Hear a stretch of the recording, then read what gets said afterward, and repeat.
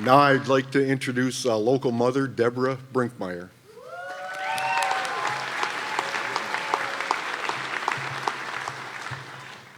Hello, my name is Deborah Brinkmeyer. I grew up here in Prairie du Chien and am now raising my children here. I'm a mom of 5 young kids, the oldest of which is 7. When President Trump was running for office in 2016, I was 23 years old and pregnant with my first child. This was the first time I remember hearing about issues with our southern border. While I knew it was a serious issue, in my naivety, I remember thinking, well, at least I live in Wisconsin, over 1,000 miles from the southern border. My family will be safe. This is no longer the case. A transnational gang member who is an illegal immigrant was arrested near a local park where my son has football practice. As a mom, that terrifies me. The border issue is now not something that is happening far away, it's something happening right here. Just like every other parent, I want my kids to have as good of a childhood as I had, or better. I remember when I was a kid, I would ride my bike to school or walk alone to a friend's house, and I was never worried about my safety. Now, I'm nervous about going for a walk with my kids without my husband being with us. I don't want my kids growing up in an America where they have to learn how to be hyper-vigilant and extremely aware of their surroundings in order to feel safe. I want my kids to be confident and secure in the world around them. When President Trump left office, our border was a lot more secure. In 2020, illegal immigration southern border crossings were around 400,000. Since then, Kamala Harris, as our border czar, has let over 20 million illegal immigrants into America. Kamala Harris has made every state a border state and every town a border town. We cannot afford to have Kamala Harris be our president. For the sake of our children, we cannot risk having her let in millions more illegal immigrants. We need President Trump back in office so he can fix our border and make America safe again. The effects of illegal immigration crime are being felt by families across our nation. I would like to introduce Patty Morin, who has experienced firsthand the effects of illegal immigration crime.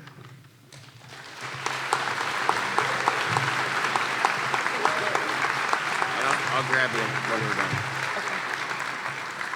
Hi, thank you for inviting me to come here and speak. Imagine, it's such a beautiful day outside. Imagine you get a phone call and it's like this. Hello, Mrs. Morin? I hate to tell you this. This is Detective so-and-so, but we found your daughter's body. I had just learned a couple hours before that phone call that she had been missing from the day before. They told us later that my daughter was on her daily walk.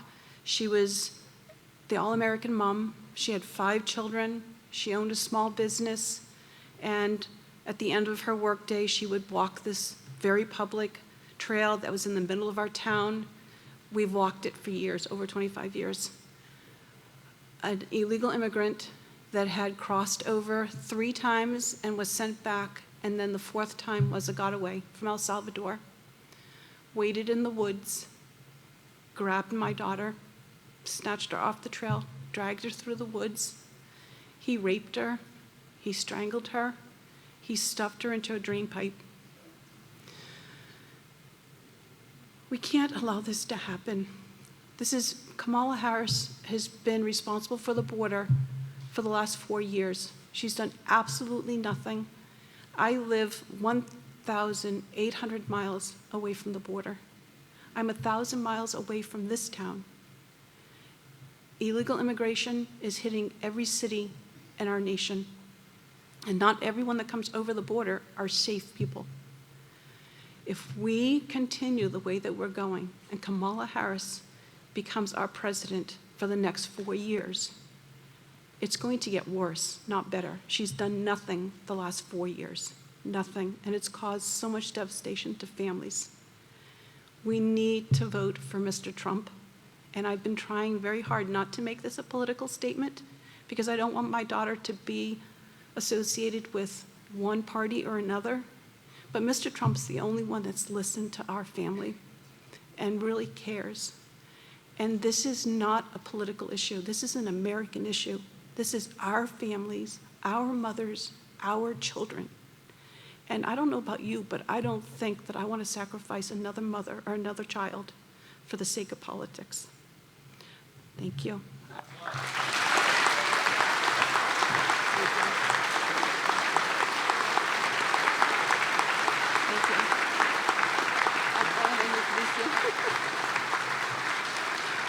I'd like to introduce Congressman Van Orden. Orden?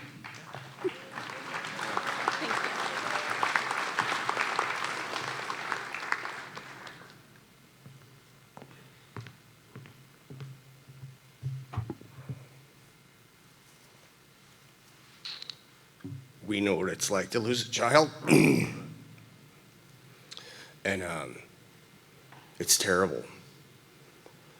More people by a factor of 4 have died of fentanyl overdose in this country than were killed in the entire Vietnam War.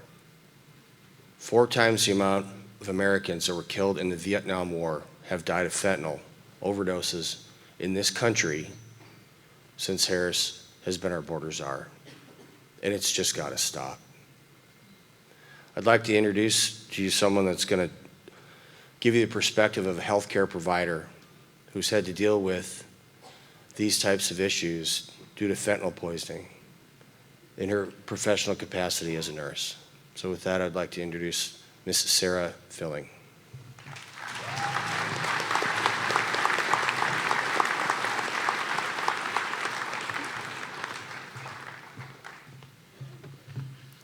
Thank you, Congressman. You can't see it, you can't smell it, you can't taste it. This is fentanyl. Fentanyl is a synthetic opioid used to treat patients with severe pain in hospital settings. Fentanyl is a Schedule II controlled substance that is similar to morphine, but 100 times more potent. There is a significant risk that illegal drugs have been intentionally contaminated with fentanyl. Because of its potency and low cost, illegal drug suppliers have been hiding fentanyl and other illicit drugs, increasing the likelihood of a fatal interaction.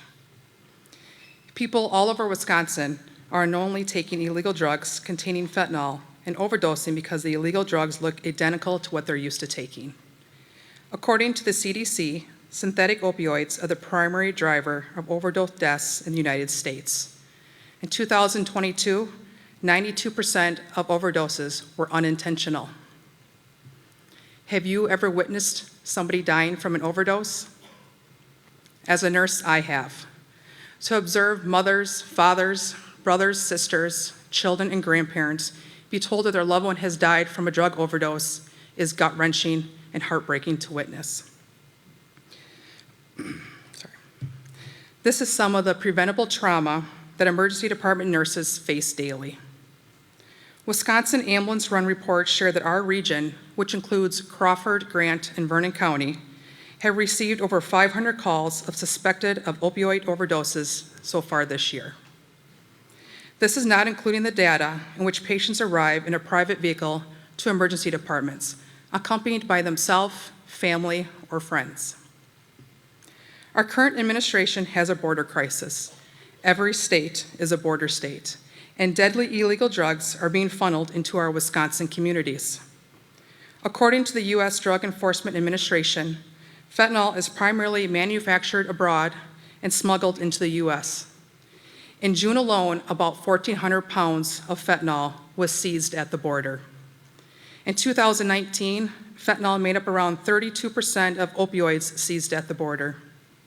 And just 4 years later, this has more than doubled to 95%. What a drastic change. The Department of Homeland Security reports these figures underrepresent the illegal drugs that are being trafficked into our country. Wisconsin opioid deaths have hit a record high in 2021. The number of fentanyl overdose deaths in Wisconsin grew by 97% from 2019 to 2021. Over the last year, synthetic opioids, primarily fentanyl, were identified in 91% of opioid overdose deaths. This is a preventable crisis. Not only do our Wisconsin people need help, but America also needs help. Next, I would like to introduce someone who has personal experience with this preventable crisis, Ms. Ann Funder. Thank you.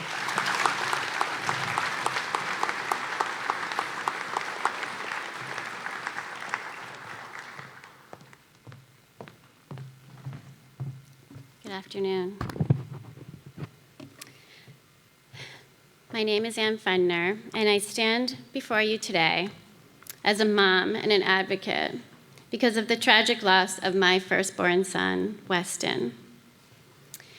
He was everything to me. He was an exceptional student, a friend, brother, an athlete, and a child of God with a pure gold heart. My son at 15, like so many teenagers, freshman in high school, he sought to fit in. And he made one tragic choice. He tried something that a friend gave to him, but it wasn't what he was told it was. It was counterfeit, fake. It was laced with deadly fentanyl that he didn't know was there. And my son did not experiment with fentanyl. He was deceived to death by a deadly poison that should not be here. This was a poisoning. And today I speak with a heart shattered by the devastating consequences of the Biden-Harris open border policies. Specifically, Kamala Harris. Her inaction since being officially appointed to the border as the border czar by President Biden in March of 2021. Her reckless do-nothing approach has directly resulted in the death of my son and countless of other young Americans, as illicit fentanyl has flooded over our open borders that she was in charge of. If Kamala Harris had prioritized border security and stopped the flow of deadly fentanyl into America, my son and hundreds of thousands of Americans would still be here. 300,000 Americans dead from fentanyl since 2021 on American soil. And since this administration took office, there's been a 94% increase in fentanyl deaths. It's now the #1 killer of young Americans in this country, ages 18 to 45. Teenagers, the number is on the rise, making it very close to being #1, and the fastest growing demographic of fentanyl deaths is 14 and under. And yesterday, 39 days before the election and 3.5 years into her appointment as border czar, she finally visits the border. And I'm here to tell you, Kamala, your weak photo op won't help bring our kids back. Taking action would have. Securing our borders, criminalizing the traffickers, holding terrorist cartels accountable, reinstating President Trump's policies, like remain in Mexico and ending catch and release. Could have. But she's done nothing, and she has failed. And now every town in America is a border town. Here in this beautiful city, Prairie du Chien, where illegal crime has reached this community, and I'm so sorry. And it lies squarely on Kamala Harris's shoulders. And this election is our last stand. If we let someone like Kamala Harris, with her weak leadership and immigration stance, take the helm, we won't get a second chance. So I urge you to talk to your neighbors, talk to your friends, talk to them about the reality of today's America. Remind them of the thriving and safe America we knew just a few years ago under the great leadership of a president who puts Americans first, President Donald J. Trump.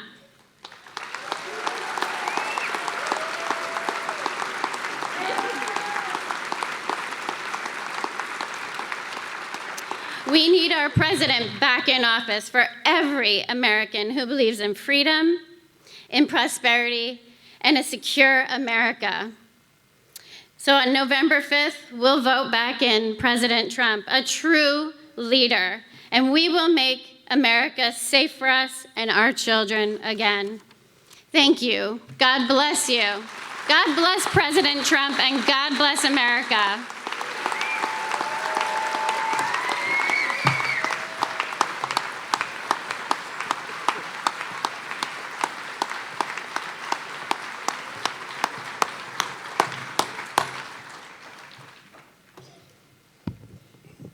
Those stories are not easy to hear, they're not easy to listen to, and they're almost wholly unnecessary. We wouldn't have to hear these stories of the brave men and women in law enforcement, or these moms who've lost their children, or a healthcare worker who gets affected daily. She's got to go home and live with that. Sarah's got to go home and live with that every day. We would not have had to hear these stories if Harris had done her job, period.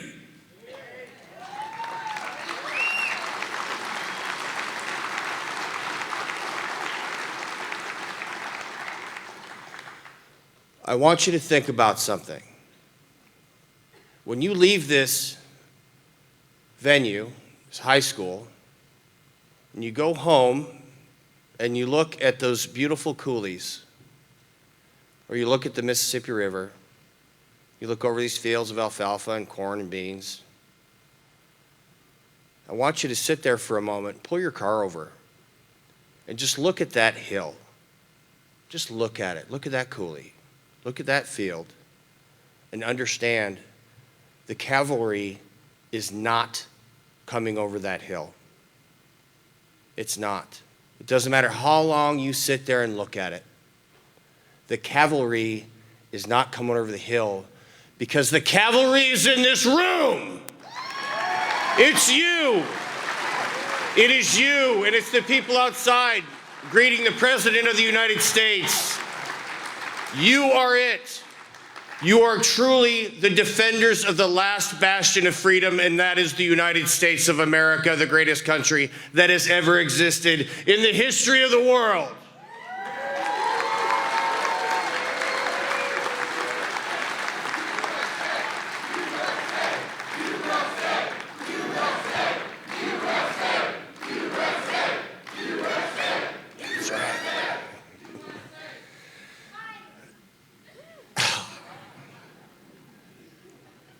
You're it. And I'm it. Let me tell you something about a guy I know. You've seen him on TV before. He's been in the papers once and again. And they tell the most vile things about this man. And they've been lying about him for over a decade.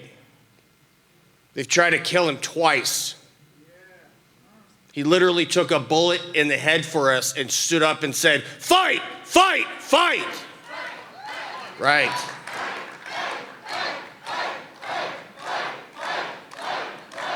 The press will do anything they possibly can to demonize this man. They will tell you that he's hateful, that he's hurtful, that he is a threat to democracy. And that's all lies. Those are lies. Let me tell you something about the President Trump that I know. 1 month ago and a year, we lost our oldest daughter, our sweet Sydney, to cancer.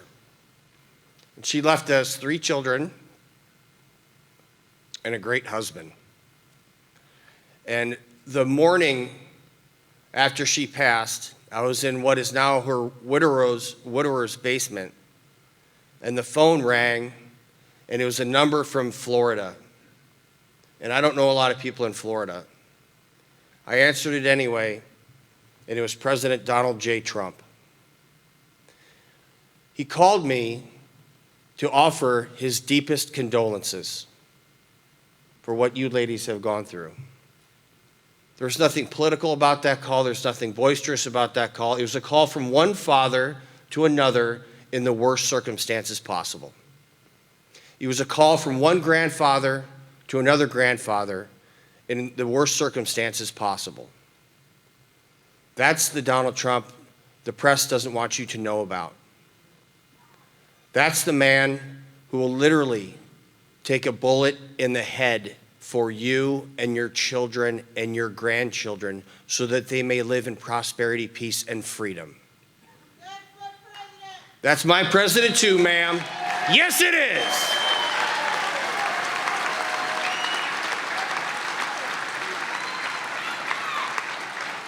So, ladies and gentlemen, again, thank you so much for coming out here. And I'm truly thankful that you're going to take this message this message right now that is so sad and dark, and understand that there is hope. And you're going to pass that hope to your friends and your neighbors, and you're going to tell them that there is someone who is coming over the hill, the one person that will be leading you, the cavalry, and that is President Donald J. Trump. Yes! Okay. Are we in for that?